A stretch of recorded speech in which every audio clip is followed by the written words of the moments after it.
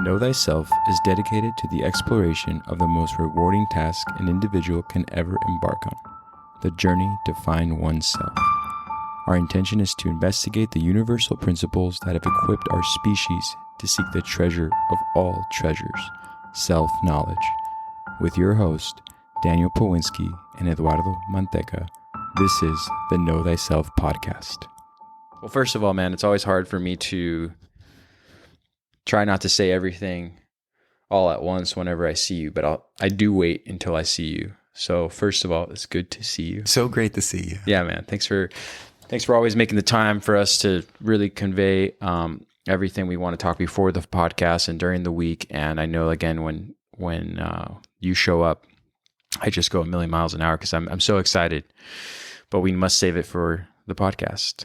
There's so many amazing conversations we have that happens just right before we hit the record button. I know. But they are my favorite. But we do have some of those recorded, like the snippets afterwards. So we always talk about one day maybe like collecting them all and like putting on the Patreon or something. Because there's also some like really insightful stuff and then just pure shenanigans that happens before and right after we touch that record button. So it's all exciting stuff. Dude. Yeah. Well, before anything else, welcome to the Know Thyself podcast. I'm Eduardo. I'm here with Daniel. Hello. And Daniel and I, we've said this multiple times throughout the podcast, but we have so much we want to say to one another, even after we've decided what we're going to be discussing over the podcast and what we're going to be unfolding. And Daniel's just really good at always reminding me like, hey, save it for the podcast. So for today's episode, we're going to take a break from Genesis. We are going to go back to the story of Cain and Abel, and more specific, the family lineage of Cain. Right.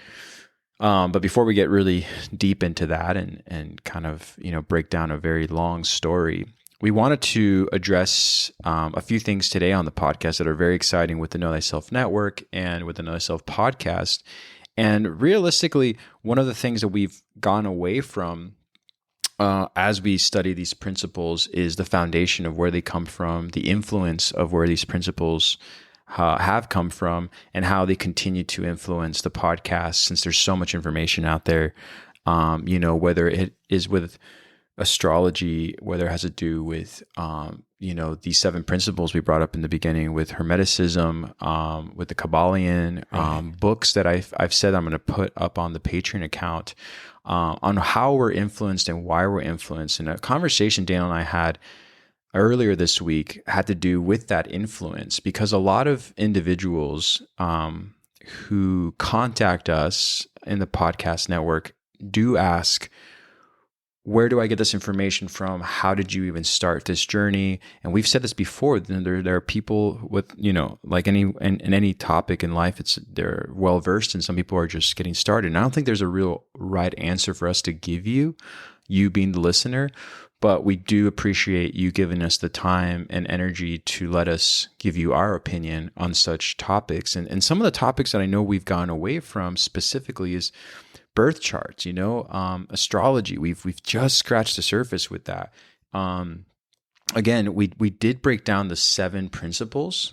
We broke down a lot of concepts in the first season, but today I want to kind of reiterate a little bit more about, and for me, Hermeticism, the influences of Carl Jung, the influences of Alan Watts, the people that I've leaned on to for guidance when I felt that the world that we live in right now and have been living in, is not just difficult to navigate through, but sometimes it's more difficult to trust the information that is being put out there so rapidly, and sort of decipher how you can apply it to your life. And so with all that being said, Daniel and I decided that we would start today's episode with talking about the neonatal charts and like information neonatal information that you've been providing through the alchemical counseling and sort of other understandings that I actually am as you can tell when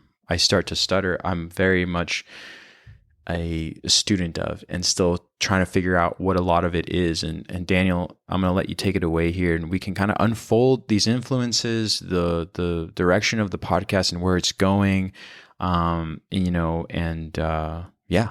Yeah, no, great introduction because, we often speak about birth charts, or we call them natal charts on the podcast, and we reference it quite often. And we never really went into detail kind of how you can utilize this for your own self-unfoldment. And it's really kind of come back into my life as we're starting this whole alchemical counseling process, which has been such an amazing ability to connect to individuals on that one-to-one, and really have that space kind of created to have this astrologically based conversation. And what we're really kind of looking at is really like a snapshot of your own personal hero's journey, and really the different steps that we're going to take to really embody the destiny that the universe has in mind for us. And, when we're kind of working through this, it's this beautiful process of, again, experiencing consciousness and expressing consciousness in the lens that the universe needs you to express it through. So again, it kind of comes with moving with the flow of the river rather than upstream. And so it's been this really beautiful process to kind of take a look back at it, and just from my own frame of reference, it also has reconnected me to my chart, and looking at my chart for those special aspects that make me unique, and maybe those aspects in life that might come with confusion usually packaged. So I'm going to have to distill this information that I receive through my senses and really kind of process it a little slower. So it's such this great aspect because it's really this personal roadmap of yourself. And again, natal charts are not everything, because there's this aspect of obviously free will in our environment that really is going to have an influence whether or not certain aspects are going to be able to express themselves in the chart, right? Like, I use the example a lot of, you could have the chart of this great king or queen, but if you are, born very impoverished in Somalia, right, there's going to be a lot of resistance in your environment to be able to make that go into fruition and actually like blossom out into the world. And so we're really kind of this unique aspect of this natal chart is just this kind of this reminder to not forget about this piece of gold that you have. And again, you need your birth time and your birth location, but even if you don't have the exact time, there's ways that you can at least still pick up a little bit more details about, where the universe was when you took your first breath, and what time was. And because we know that time is this formative aspect, because we've looked at time in this way, what is the formative aspect that time stamped on us? And it has a lot to do with our future and bringing peace to ourselves and to our surrounding community. So it's this really unique aspect. And one thing that I've really benefited from this new perspective of being an individual that's helping interpret these charts is I'm really seeing the aspect of the importance of somebody else looking at your chart. Because, I've had my birth chart done by multiple different astrologers, and I plan on getting it done by multiple more astrologers, because it's this new lens, it's this new perspective. And it's just so interesting how when I'm interpreting these birth charts for these great individuals that I'm looking at it for, there's this objective mode to it. And to be very objective. And that I'm not really afforded that when I'm looking at my own, because my own subjective personality comes in, my own, subjective barriers come up, and I read something and I'm like, oh no, that's not me. But really, there might be a calcified aspect to my life that I'm just looking over and I'm kind of passing over. And so this birth chart also does this great aspect in regards to the other interest that kind of helps blend into the next part of the program we were talking about, which is the Animus podcast. And the birth chart and this natal chart really serves a really prominent purpose in the direction of that shadow work. Right. And when we find ourselves in that dark night of the soul, there is so much information here about not only where we have clarity and what can use this to help light the way, but also what's in the dark, what's under the veil, and what's under that blanket, and what we're kind of looking for. Well, that's a great way of putting it. And a question I wanted to ask you before you continue, and I don't mean to interrupt, is that let's make that distinction right now. I think that that's something that we were sort of addressing in the beginning of this podcast, is that people don't really understand. So for instance, my question to you is the difference between a psychoanalyst and psychiatrist's perspective of the human condition and the information prior to the turn of the 20th century in that information with regards to birth charts. So my first question is, what is a birth chart? And I know you already explained this throughout what you just said, but just to clarify for someone listening, because, we all know here that to even say the name birth chart or a reading of some kind, people can dismiss it. But it's interesting how there's more and more people nowadays who are opening their minds to having their guard put down and take the next step into, say, therapy. That's great. You want to self-improve. You want to move along for the better of the rest of your journey here, for the better version of yourself, with the better version of yourself. But before you can do that and let someone else tell you what you're doing wrong or what you could improve on, it's good to know yourself, right? And so let's start with that. So can you explain to me, I guess in however you'd like to explain it, a birth chart and what that really means for someone who doesn't know anything about a birth chart? Well, one of the things that's so great about getting your birth chart interpreted, especially by somebody who has a lot of experience. So some of the people that I've had read my chart in the past, right? There's a familiarity of how they're going to even approach this information to you, because in your chart, it tells you the best way for you to process information. And so where modern psychology doesn't realize it's losing time is there's this whole getting to know period of the client and this comfort period. And, what is comfortable for the client? What is not comfortable? Where are they going to expand? And where are they going to retreat into themselves? Well, we have a snapshot of these astrological energies of at least how there's a potential for them to express.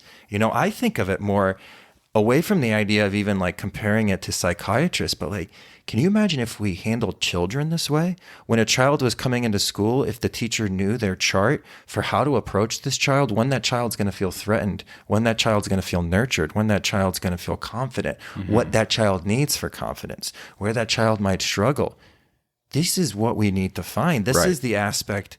This is where it really hurts. And if we had it with children, we wouldn't need psychiatrists at the levels that we do, because most of this trauma and most of this confusion with life is very much formulated in these formative stages when we're learning how to express ourselves. And maybe, we're expressing ourselves in a way that society doesn't approve of. And we kind of, again, build that shadow and we kind of put that persona and that shadow is kind of created, and there might be stuff that we kind of hide in our basement because of this. So, it's one of those things we kind of look at the effect and we talk about why, if psychologists use this, they could be even more effective in that initial connection, as well as the focuses of life that are important to this individual and the focuses of life that there might be some confusion for this individual. But all of that can be circumvented. All of that could have been avoided if we would have attached this gift from the heavens, which is a snapshot of the heavens at this birth, and attached it to individuals as they progress through life. So we know how they work in groups. We know how they work about themselves independently. We can see signs of maybe potential avenues of maybe depression. We can see the sides of, addiction kind of tendencies. So we would be proactive on these mental aspects, and also proactive to see where their strengths are going to be, to cater their life and curate their life experiences so these pure expressions have comfort and a safety to express themselves through. Right. So again, you would be avoiding all of these effects that we live in today. It's like, how do you heal the population? Well, you have to heal all the trauma from childhood that these individuals went through. And you're like, we're doing this backwards, because if we don't heal the children, it doesn't matter how many adults we heal, there'll be still broken adults coming into that system every day because of the lack of understanding and acceptance that these children have, because we're such unique individuals that are such this unique component of so many other parts moving at the same time. And it's just that snapshot. So if we had this indicator to kind of help speak for the children who, in those first 4 years who can't verbalize their words. But if we could look at their birth chart, we could understand where those temper tantrums coming from, understand why this child is a little bit more emotional. Why is this younger son crying more than the older son? as a child. And so the father might be like, oh, it's because he's weak. Yeah. It's not because he's weak. He might be Cancer rising. He might have a Cancer moon. Like we don't know what's going on there. So there's this disconnection. And again, this is where we get people who are, making their children form into exactly who they are. But that's not the case. This is its own unique identity. And we kind of look at the models that we were given where we're like, well, maybe an individual that's raising a child now is just like, well, my father was very, he was very successful and he had the same job forever. He had loyalty to his company. He got a degree and worked for the rest of his life. So that must mean that's the pattern for my child. And there might be that pattern might be able to express in the child, but it might not. Right. And there's going to be conflict. Yeah. And so that's really what we're kind of looking at. But again, to kind of sum up and answer your question, it's the electromagnetic energy that's coming from the sun and is generated and the sun is shooting out. And that's why it's that direct reflection of your sun sign. And that's why people mostly relate to their sun sign when you ask them what their sign is. Their first answer is where their sun is. But all that other energy that's going past is hitting those other planets, like the moon is considered a planet in this realm, hitting Neptune, hitting Venus, and then bouncing back with that vibration of that planet and also coming back to Earth at the speed of light. So again, it's this direct electromagnetic energy that's coming from the sun, as well as just reflection off the luminaries and the planets that helps color the aspects of the individual. And, this is what gives some people rose-colored glasses lens to look through the world, and some people some black lenses to look through the world. And it's the different kind of spices of life that kind of come together. No, that's well said, man. And you did answer the question that I had. Like going back to Carl Jung, like I've brought up Carl Jung multiple times into this podcast, especially when we talked about the man-child and the predecessors for Carl Jung, the Swedish psychologist. She did a lot of work on the man-child, and I'll do an episode on that again, and we'll talk about that because I've spoken to that about with my mother, and I've spoken about that with my own wife. And so it's interesting how like we disregard one influence, but let maybe one individual like Carl Jung come around and talk about the collective unconscious. And then from there, there's all these different students from his theories that have come up with solutions to many problems through the unconscious. And as you were talking about shadow work, we've talked about shadow work a lot on the podcast and what shadow work means and how it begins in childhood and childhood development. And, there are these methods to helping young adults get through this, but there's sort of this sort of misguided approach to letting them develop the way that they could to their full potential. And again, all of it is circumstantial depending on their upbringing and where they are and how they go about life. And not everyone's going to have the luxury of being able to get it right from the very get-go. But I think that adults being subjected to, whether it's therapy or even just like learning about themselves through a birth chart, will affect the child that's to come or is already here. And so I think that we still need to work on the adults that are here so the children can stop the pattern, or the children can be the change of the pattern that is to be, where they'll fall into the same, I guess, like issues that their own parents are going to have one day.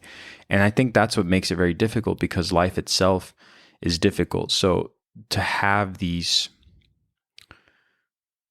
I guess, I don't know, I want to call them ritualistic, but these sort of cultural approaches to raising a child or raising a family, they're more difficult than not because of life getting in the way, such as the things that we need in order to survive.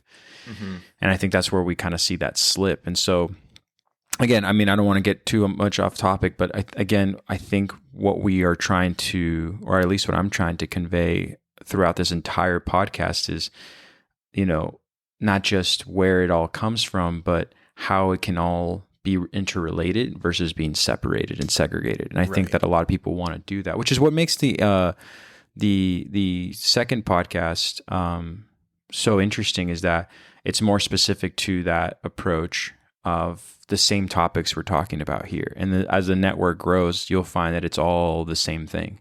Right. Whether we interview individuals, whether we start and end another podcast, whether, you know, a podcast begins and it evolves into something else, the true foundation lies within these principles of just making people not only more aware of themselves, but how to be better through navigating their souls on this realm right now. And Yeah, no, awesome. I love that. And you bring up a great point, because I think I was making that point of how it's just start with the children, but you're right. How are we going to get that process going? It's going to be healing this generation that we're connected to right here. And then we're going to pass on those fruits of self-discovery, those fruits of self-unfoldment onto the next generation. Right. And, you know, and it doesn't even have to be this direct instruction, because this next generation is just going to see what it's like when you embody these principles, right? And you walk along truth, and you search for the objective truth, and you're alchemically looking for the gold in every situation. You can't help but to radiate that. You can't help but to radiate your essence, and your vibration comes pushing through, right? Mm-hmm. That's when we're kind of looking at the natal chart. It's so interesting, because a lot of what we're doing in these sessions is looking at the ascendant and then finding wherever the sun is.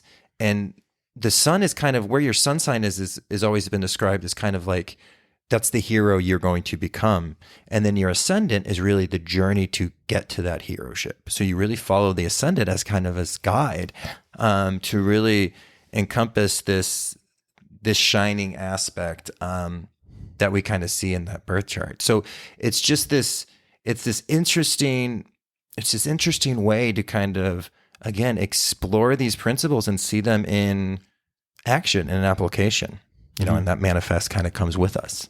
Right. I'm very excited because, you know, again, the journey is very long, and I think people want us to, I was telling Daniel, people want us to have all the answers based on all the information we've already provided thus far.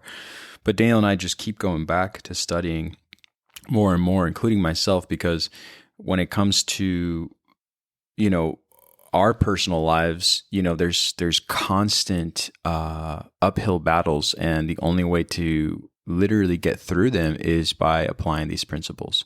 And it's not over yet, you know what I mean? And it won't be over. And I always like that we reiterate the idea that we're just preparing ourselves for death, and the lack of knowledge of what's going on and what really drives us here, you know, is what's going to increase the fear of that moment in your life where life ends and a new spiritual journey begins when you cross over. And whatever it is that you believe in, whether it is that there is something after life or that we go and ascend back to where we came from, is up to you on how you interpret your experiences here and how they relate to others who are also sharing this space with you, which is, you know, the planet that we live on right now, and how we go about treating one another.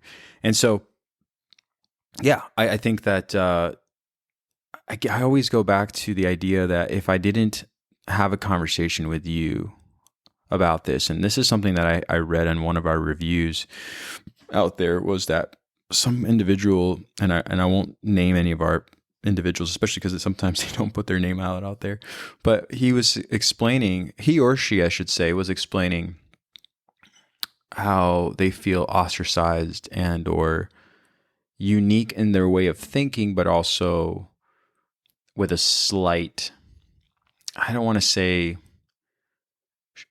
shyness, but some sort of like need to keep a lot of this information to themselves, even though they read a lot about it and it relates to them.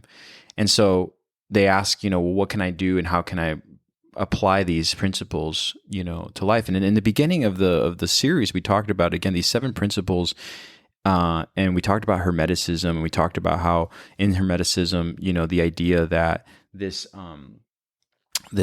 theology and how it exists, it coexists with all the religions and all the principles that the religions bring into the organization that created them. And so here we are again talking about something that's been dismissed, and that being, your birth chart. And it's like, okay, if we're all coming here and taking our first breath and we come from the above and land in the below and we're trying to make our way back, why would you not want to understand more that you haven't really given yourself time to explore in order to better yourself? And that's all I like to say to people. It's just like, hey, I'm not here to tell you this is how it is. I'm telling you, like, why not explore what it could be and how it could help you out. And I think that you do a beautiful job at that. You as a person, Daniel, like, I feel like when you and I have talked, I could express things to you that, it wasn't for me. It wasn't until we got into probably like, I don't know, senior year of Psych 101,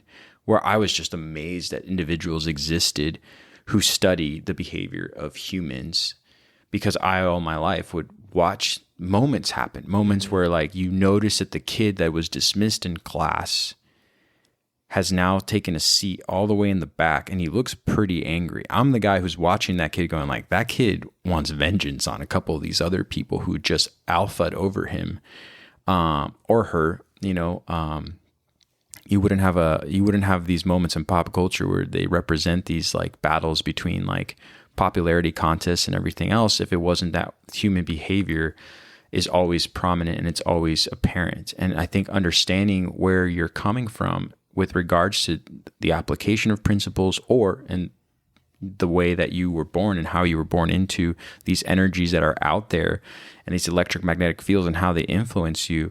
If you dismiss them, then I don't know how you'll ever find peace. And so I don't want to go too much on a tangent, but I want to go back to what you were saying about, the discipline or the understanding of these birth charts and how to like really apply them to your life. So carry on. Yeah, no, and that's great, man, because I was building a point like I normally do, and then I was kind of forgetting where I was going with that point. And so my last comment, I just kind of like filled off, and I was like, and it's good, and it was just like this, like, what was that? But now it kind of came to me. And then there's one other thing that I hope I remember to bring up with you. But yeah, so we use this ascendant, right, as the journey to our sun. And really, this whole journey is about really embodying that sun and having it radiate through. And this is that energy I was speaking about that is attractive and it pulls people towards you. And you don't even have to preach these principles to somebody, because you'll find the younger generation is asking you, what do you know? How are you able to maneuver this so gracefully and have this optimistic kind of approach, but also a very seriousness about how you spend your time? And it's just this unique individual perspective that you wear so well because it is you. And again, that's all we have to do. We're never dressing up to look like anybody else. Like the best dressed person is always the person that's most comfortable in their clothes. And it doesn't matter what that is. Sometimes you could be in I'm like in Scottsdale, right? For some terrible reason, right? I'm in Scottsdale. No, I'm just kidding. Scottsdale's got some great stuff. But you go to like brunch and you at this like very hip place, and there's some people that are just, they have Brook Brother pants on, like they spent on their brunch outfit, it was like a $400 outfit, right? But then there's just that one guy who's in sweatpants and like a Philadelphia Eagles t-shirt, like shout out to your uncle. But it just looks so comfortable. You're like, this person just looks so comfortable where they are. And they probably in that realm because there's usually a lot of economic influence in this city called Scottsdale. Mm-hmm. He might not even be the best dressed person, but he's probably worth the most in the room because he's just comfortable with himself. But there's like this radiance that kind of comes from it. So again, it's wherever that comfort lies is what we express, and we express what comes easy to us. Again, going with the stream, right? And so what this birth chart does is it shows you the energies that are just apparent within you. And a lot of the times it's just this redirection of this energy and the proper outputting of it and the proper outlet of where it comes, as well as, what sphere of life does this energy kind of come into, and all these other various connections. So it's so interesting. But to kind of tap into your point about Psychology 101 and just that connection, on the way here, it was so funny because I was just reflecting on our friendship and everything we've been through. And I started remembering when we were skateboarding, do you remember how much we would quote the movie Orange County? Yeah. That was in our dialogue all the time. And I think what was so fascinating to that for us about that movie was it really kind of distinctly puts kind of this California stereotype in your face, and it really broke down almost, what we kind of perceived as stereotypes, but if you really took it down to the source of the information, there was a lot of archetypes that was actually being presented in that movie, and the different characters and how they kind of fit their character roles so well. And as being that like high schooler at the same time, middle school, high schooler, kind of growing up and seeing those stereotypes, which we were considered stereotypes at the time because we didn't know the deep root of their archetypes that they presented, there was this like familiarity to it of just like, oh, wow, there's a science behind human behavior that can almost be repetitive, and seeing what happens when the masses kind of get shifted into a certain way. To the aspect is even like the extras in the cool crowd, there would be like the cool kids, but even some of the extras on the side who were part of the cool gang, you could tell were like uneasy about what was going on. Like there were some that were like really with the popular kid, and there was some that was just like with the popular kid because they didn't want to be on the opposite side of where the popular kid was. And there was just like all this psychological energy that was kind of coming through, even to like the greed of the father. But stories like that kind of attracted us, and we thought it was like, we would always like quote it for like the funny aspects of it. But again, I think why we watched that movie and we would like kind of, relax with that movie on in the background was because of that kind of like that unique kind of psychological, it wasn't just like slapstick humor. There was slapstick moments, obviously, but it had this kind of like deeper message to it about like independence and finding your own way. But it was kind of funny because I was just reflecting on it, because you totally had it on VHS, like used from Blockbuster, right? Mm-hmm. Yeah. But that's what, again, back to this need to have these conversations between just you and I, and we're so fortunate that there's a group of listeners. We're unfolding what a director himself and a writer intended for a movie like that. Because the resolution in that movie, and if you haven't seen Orange County with Colin Hanks, Tom Hanks' son, it's a great movie. It's a great movie not just because of what Daniel just said, but spoiler alert, in the end, he finds out that everything that he's been looking for, he's already had. And that's a very common story in the story of you, is trying to get away from the societal discomforts that have been created that were not bestowed upon this world by you. You were born into them. And that's going to continue happening to every generation that's born into this. For instance, in the movie, the main character is trying to get away from the stereotype that he was born into, whether it is this Southern California vibe that has what seems like a superficial layer. He's trying to go deeper. And when he finally meets the person that influenced his purpose for meaning, which is the writer of the book he finds on the beach, he just kind of like turns it all upside down on him at the very end. He goes, no, like what you have is great. And what makes you who you are is the influence of the life that you have. Don't let the small things like hobbies and pop culture be the demise of your upbringing just because you don't agree with it. But the foundations of every individual in that movie have a relationship with you that's made you who you are. And he just has his epiphany, and he's like, you know what, like I don't need to go to this prestigious college. I don't have to like separate myself or segregate myself from the people that I think are toxic in my life right now, because they do have an influence in my life. And so anyways, I like that you bring that up, because I feel like as a younger person watching that movie, that's what I liked about the movie, is that there's a full unfoldment of every character in every moment of that movie along the way that is so helpful and so true. And anyways, there's so many movies like that I really appreciate. And it's funny that you say this about the character. I like that you bring this up, but one thing I remember when Psych 101 and all that starts is where you start to look at the world differently begins with what feels incorrect to you. And I think that's what happens in that movie. That guy is so far so good, right? He's surfing, he's enjoying, he's living for the moment, and then he's like, what am I doing? And I think it's the death of his friend, right? It's the death of his friend. So it's always something. Righteous. Yeah. Totally forgot about that. I think that's how it goes for all of us, though. It's like, for me, I would have discovered Alan Watts or Manly P. Hall or anybody that I continued to discover if it wasn't for moments in my life where I felt empty and frustrated and uninspired. And rather than just like locking myself up or like the character in that movie wanting to just separate and go away, all I could do was look for truth. Like when my dad died, the only thing that brought me peace was driving in the night. I used to have a truck, and I would drive into the night into the desert out here in northern Phoenix, or actually around a lot of the area of Phoenix and beyond is the Tonto National Forest, which I was always grateful for. And at the time, I couldn't explain why I would go there, but I knew why I was there when I was there, because there was no influence. There was no influence that was not created by God himself. I mean, the influence out there was 100% pure is what I'm saying. The stars, especially out here, it's changed. Light pollution has kind of taken over a little bit in sections of Arizona, but for the most part, we just have the most incredible night skies. And so my mom never even asked me where I was going. My mom just knew that we had a great connection where I would just tell her like, I'm leaving. And it was like 8:30 at night. And she was like, not where are you going? You know, like I'm 17 years old, because I would come home and I'd tap on her door like around like 2 a.m. And I'm like, hey, I'm home.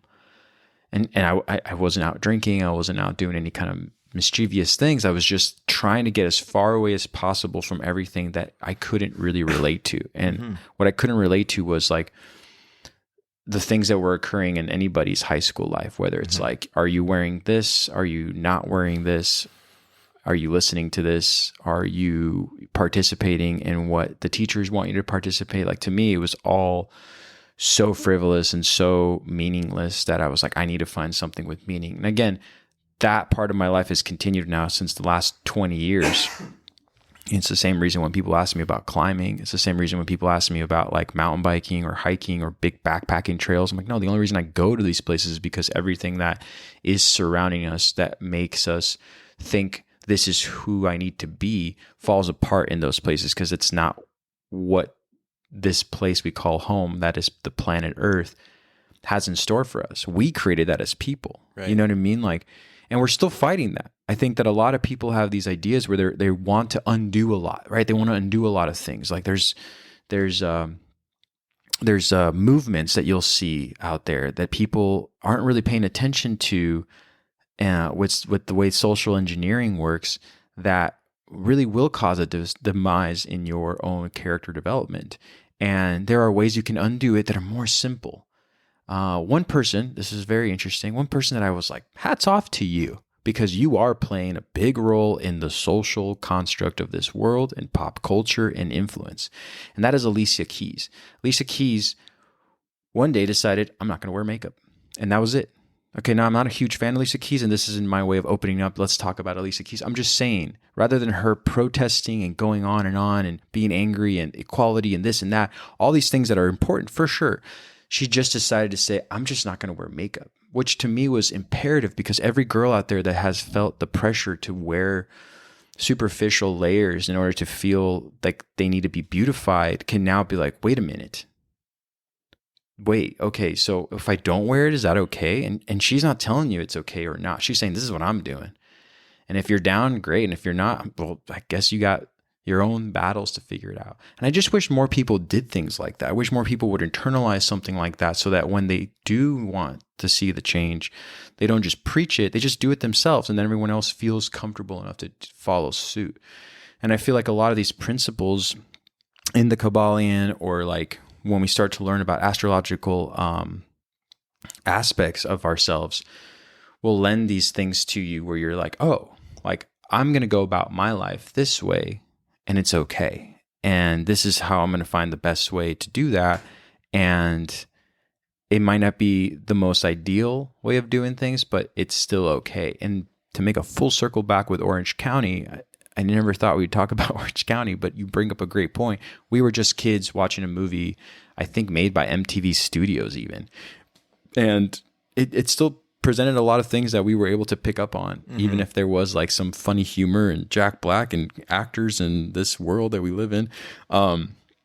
Because again, man, we're always reaching out to our fellow human to show them examples of how life is hard, but there's also these ways to go about it that will give you the ultimate benefit of taking your soul to the next level that you always wanted to probably be in without the societal like strings that are attached to it when you're, living in this world. So I don't know if that all made sense. No, I think it made complete sense, man. No, that made 100% sense. And again, we've been always talking about, and there's always that aspect of, what are the applicable ways to, live out these principles. And I think it's really important when you give examples like, I just needed to get out into nature, like I needed to connect. And that might not be for everybody as their expression, but just to have these places that we can retreat to, and not so much retreat like we're damaged, but more of a retreat back to recharge. And again, that's one of these interesting aspects of looking at the natal chart, because we can kind of see what our relationship was early in the life prior to this conscious awareness that we have. And just really from that moment that we separate and we are birthed into this world, and light overcomes darkness, and we enter into this material aspect for this existence, our relationship to life back then is very important on the person that we become. And so to come back and kind of connect to that relationship of life, there's a lot of security of where we can kind of go back into recharge, so we don't deplete ourselves in this Saturnistic society that we kind of find a lot of resistance in. And how do we circumvent that resistance? Well, a lot of it has to do with the maintenance of our own chi and our internal energy. So how do we kind of recharge that? So not only do we the beautiful thing about that is it's not only are we looking for the expression of, how we express ourselves and how we think, but also where do we go to recharge? And finding those aspects is going to be a completely independent kind of adventure that we all have to go on, and not one person's is going to be exactly like the others, but it's just really important that we do kind of foster those kind of experiences to be able to just slow down the mind and reconnect to that universal pulse and that universal sound. And, when you do that, you can have that radiate through, which is going to help not only light the way for the rest of your journey, but empower you through these times that we find, a lot of tension and kind of what we can kind of perceive as this traumatic experience. But again, that energy is what kind of will push us through. For sure. Now, what do you find most important when it comes to doing someone's birth chart? Like, what do you really like when you first? I know it's a lot, first of all, right? Yeah. I know it can take some time to go through someone's birth chart, and again, you explained it as that first breath we take, right? But what do you find it to be the most like? And I shouldn't say most important because it's a very vague question. I just mean like. Maybe like, what's the first thing I look at? What's the first thing that comes to you? That's that you're great, like, wow, man. okay. And that's very much been, and that's kind of why it's been such a unique thing, because I used to, when I would first started this, I always started with the sun. And then I kind of talked about that and then made my way. And after this, through the Patreon, we've done a lot of studying on the houses, and I've really kind of learned much more about the deeper esoteric aspects of the houses through the study. And so I really am starting now with the ascendant, right at the start of the story. And then we make our way through that story, because, I might go over the sun first, but if the sun's kind of later on in the chart, we might be spending our whole life kind of unfolding what that sun is, rather than if it's like early in the chart where we might kind of find that embodiment earlier. So it really kind of helps with like the duration of everything. And again, kind of seeing it as a whole complete hero's journey that's constantly repeating on itself, even to the aspect of like, this is kind of how your thought process works. So even when you're in a new situation, this is how you kind of run through your astrological energies. And it's kind of in this kind of level, in this kind of pattern. And so I've really been pulled. That's a great question. I've really been pulled to, the ascendant. And then from there, we kind of look at, so say if the ascendant is Taurus, then we also are going to find Venus in the chart. And where's Venus? What house is it in? Because that's going to have a direct connection with the ascendant. And so you're looking for these kind of power plays, and then you start seeing these patterns, because then you might see that, oh, wow, it's in the planet of Mercury. So like we have all these other connections that can kind of arise. So it's really this beautiful thing, because it unfolds in front of you. And it's so great because I usually am looking at the chart right before I meet the person. And so again, you kind of know how to kind of approach them of what they're going to be more receptive for when it comes to kind of your tone. And then there's like with this alchemical counseling, it's completely independent. So I'm not even lying. Like a lot of them are going past the hour, right? We've been talking about it. I'm like, I could talk to people about 2 hours for this, and we might have to make adjustments later on because there's so much information. But there was an individual who had all this fire energy in this chart and all this air, right? And it was just all this energy. And they spoke the entire time for like an hour and 30 minutes. They were just processing and speaking. I didn't say a word. I just like stood there. And then at the end, they were like, oh my gosh, thank you so much. This was amazing. And it was amazing for them because they processed so much and they went through this whole experience. And I was like, I didn't do anything, but that's not true. I kind of held space for them to process this. I gave them this comfort zone. And so this alchemical counseling, it could be me speaking a lot. It could be a really good conversation, or it could be you kind of processing things. And also I've had individuals who've kind of come on it and they were like, hey, you know, I look at my birth chart. I've had it read before. I just have questions about this subject. And we just talked about alchemy the whole time. They felt like they were in the stage of dissolution.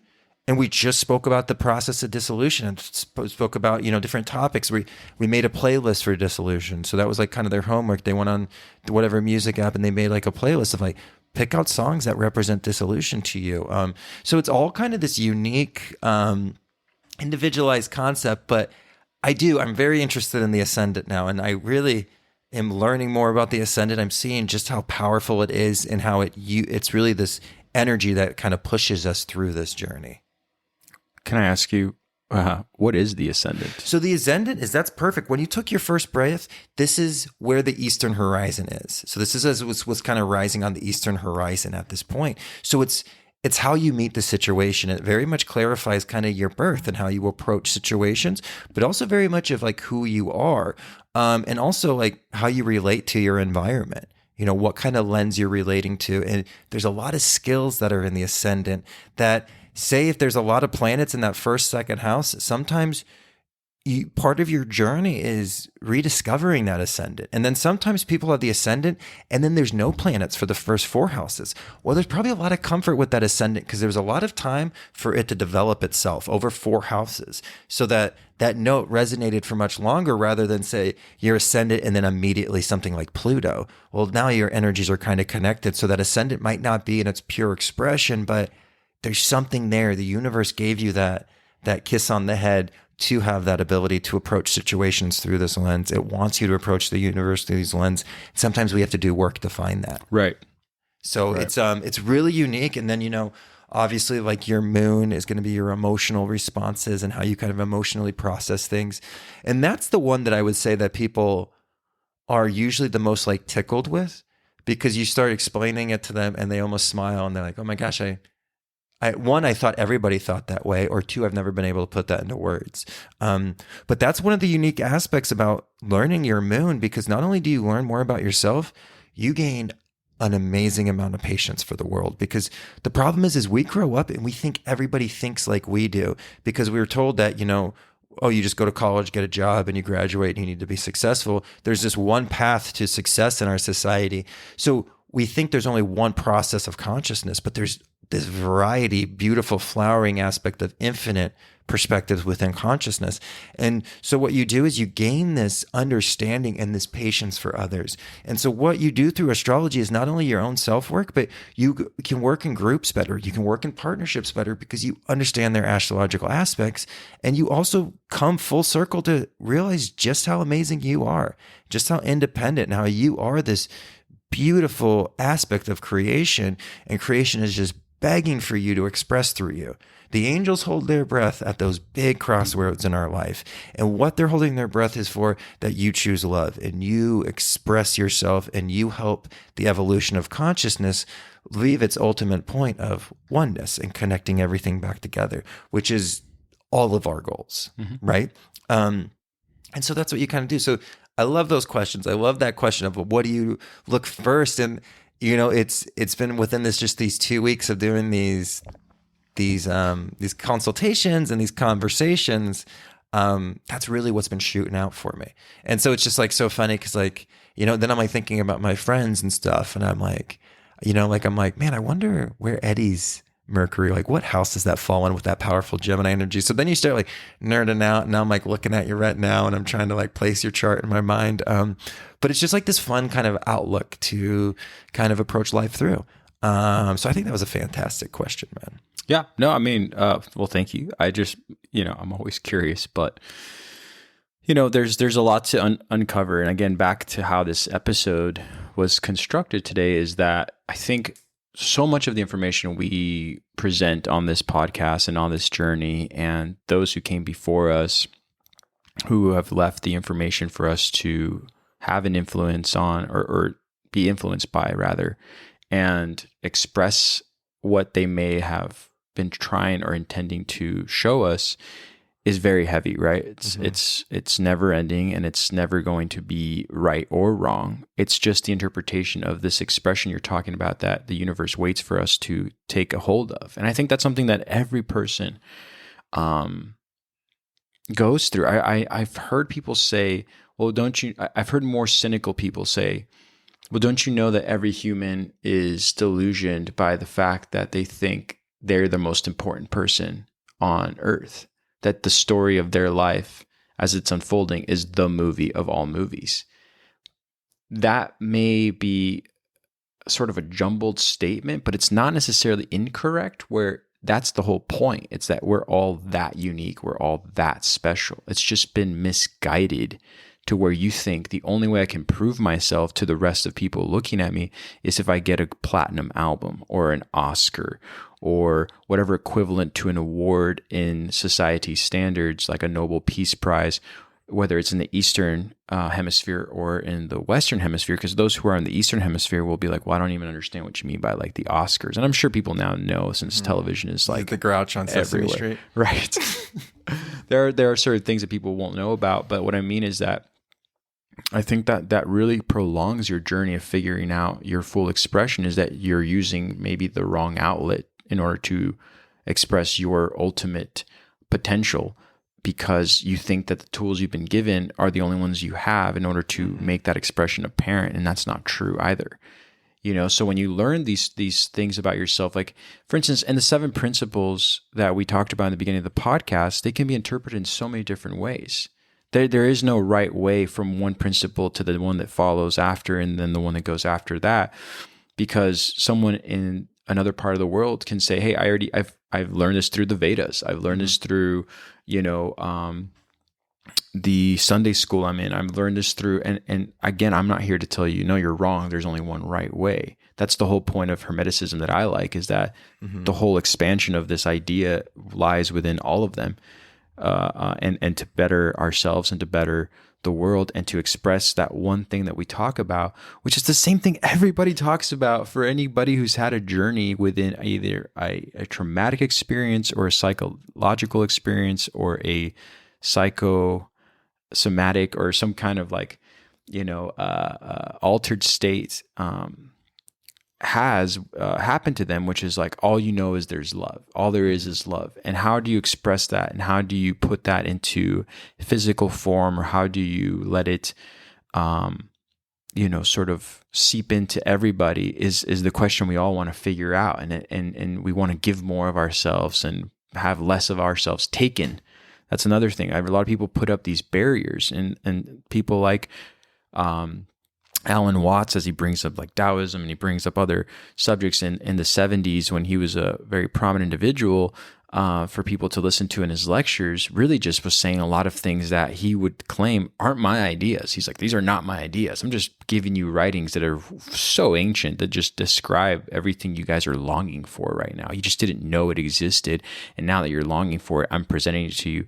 However, don't make the mistake that others do, which is you think there's nothing else other than the words that are coming out of my mouth, and therefore I'm the one with all the answers. He's like, that's not what this is about. You know what I mean? So I think that we're always going to go through these phases of like looking for the Messiah and looking for the next individual who's going to give us these ideas that makes sense of all the chaos on this planet. But realistically, like, focus on yourself, focus on how you can find your talents or whatever it is you're good at to express that love. and to really like bring that to the conscious here on this earth, because it will vibrate, it will reverberate, it will create a sense of peace and calmness, and it's not just the sourdough bread that's tasty when you walk into a bakery. It's the guy who baked it. Yeah. You know what I mean? Yeah, the smell is not just great because it smells good. You know what I mean? So but we need to be open-minded to that, and I think that understanding these expressions of every individual by their birth charts or by their like psychological interpretations, having that sort of like open mind towards that information is what makes all of this information a lot more appealing and a lot more digestible, in my opinion, Yeah, no, man, I love that you said that. And even the connection of the action and the actor and how much that plays a part of the role of like the bread, but also the individual that made the bread and the intention behind it. But you just bring a great way to kind of, I think as we're kind of pulling this all together, when you brought up the idea of, you are the most important person, and so is the other individual standing next to you. I always think of it as that Oprah thing where she's like, you're the most important person and you're the most important person. But that's exactly how it is. And that's the worldview that we need to adopt. We are all the most important person, not this worldview that we are cockroaches, right? Which we get fed through kind of mainstream media at this point. Because what are the effects of that worldview when you start viewing yourself as a cockroach, when you start viewing your neighbors, your family as cockroaches?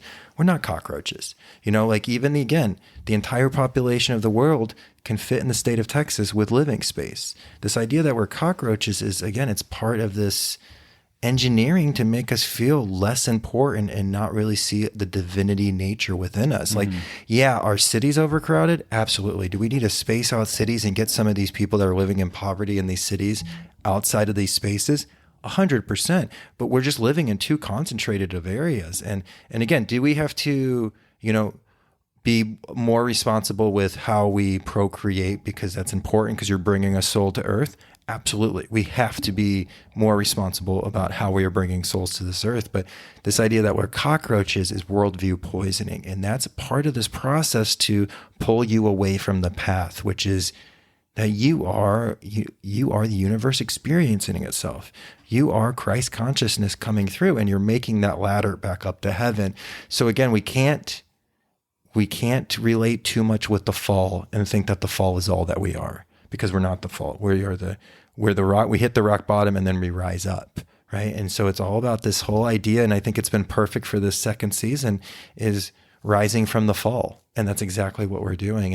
And at the same time, fixing aspects that we've been influenced with this like worldview poisoning that is so destructive, not only to the now, but also to the future, right? Absolutely. Well, cool. Those are pretty much all the questions I had in regards to the natal chart and the counseling that you're providing. Is there anything you want to say about in regards to? Yeah, I mean, we just got this program started. So right now we kind of have, and they have been running a lot longer because there's just so much to talk about. So you kind of are getting like a buy one, get one free for the next, because they've been kind of running more into like an hour and a half, 2-hour sessions. So we're going to hold the price as like an introductory offer. And then the patron individuals, you do get like a promo code. I'm in the process of setting that up. For some reason, it takes a long time through this other service that we're using. And also, me with technology, it's always kind of this slow move. But if you are on Patreon and you've already purchased it, then there's like a double session that we plan. So for all the individuals who have maybe even already signed up and we've had the session, some of you, I know who you are, but you have a second session ready to go whenever you want to go. And we could talk about anything we could do. And again, we could talk about subjects. We could do a tarot spread. We could look at the natal chart. We could really do absolutely anything. But just another way to kind of connect with this community and kind of help push all of these big ideas that we kind of have come up together. And it's kind of fun to start to see the fruit coming off the tree, but also, more importantly, the seeds that we're planting for the future and really where we want to take this direction. So it's just, the sky's the limit, my friend, and it's such an honor to be on that journey with you. The honor's all mine, man. Well, I guess until next time, we'll jump into back into the Bible, into Genesis, and thank you for listening, as always, to all our Patreon members. And if you are a Patreon member, we did post a few photos of the wedding. A cowabunga, dude. That's awesome. I can't wait to look at them. You'll see Daniel and I there. I'm the guy in the blue suit. Daniel has an amazing beard. No. You look so much classier. You're the best on this. This was the best day ever, though, man. That really was. That day will always go down in history as one of the most fullest I've ever felt. I'll never be more thankful to have you stand by my side in a very important moment in my life like I did that day. It was the best. Again, until next time then. Until next time. Excellent, dude.